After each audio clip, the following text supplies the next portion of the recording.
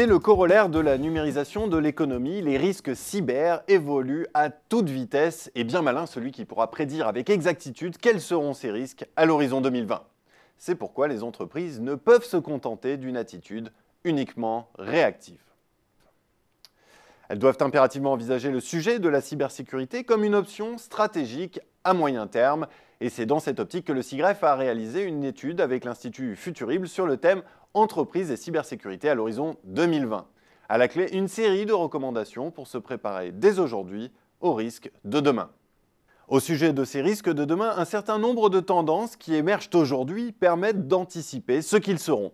Je pense par exemple au rançonnage, c'est-à-dire quand certaines entités criminelles préfèrent extorquer de l'argent contre la promesse de ne pas attaquer plutôt que d'attaquer directement. Je pense aussi au développement de supermarchés de la cybercriminalité sur le dark web, avec la vente de kits prêts à l'emploi pour réaliser des attaques. Enfin, je voudrais évoquer dans cette liste, loin d'être exhaustive, les alliances entre États et cybermafias pour mener à bien des actions dans le cyberespace. Cette complexité et cette hétérogénéité des risques impactent donc à la fois l'organisation interne des entreprises, mais aussi plus largement la réponse des États aux cybermenaces. Alors comment faire? Eh bien, commençons par les entreprises. À ce premier niveau, le SIGREF préconise d'abord d'accompagner le changement du métier de RSSI, le responsable de la sécurité des systèmes d'information. Aujourd'hui, il opère au sein d'un service généralement cloisonné, mais est appelé à occuper une place centrale dans la stratégie de l'entreprise. Surtout que la donnée elle-même doit devenir un élément central de cette stratégie avec l'apparition de nouveaux métiers, data scientist ou encore chief data officer, qui joueront eux aussi un rôle transversal dans l'organisation. Mais tout cela ne suffira pas forcément à garder le contrôle de la cybersécurité en interne. Et oui, les entreprises peuvent aussi avoir des difficultés à trouver ces compétences.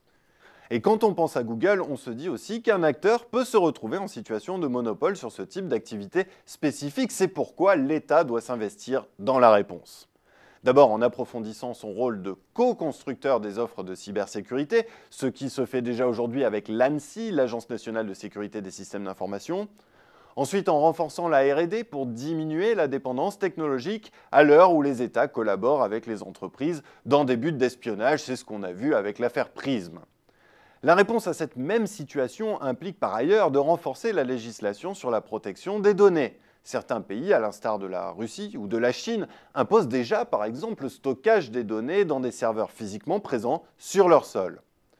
Enfin, je veux citer les efforts de sensibilisation via l'éducation et la formation. C'est aujourd'hui indispensable car au-delà des États et des entreprises, c'est l'ensemble de la société civile qui est concernée par ces problématiques de cybersécurité. En matière de risques numériques et de cybersécurité, le SIGREF accompagne depuis plusieurs années déjà ces entreprises, notamment au travers d'actions de formation et de sensibilisation des dirigeants et d'information des collaborateurs, comme le Serious Game baptisé Keep an Eye Out.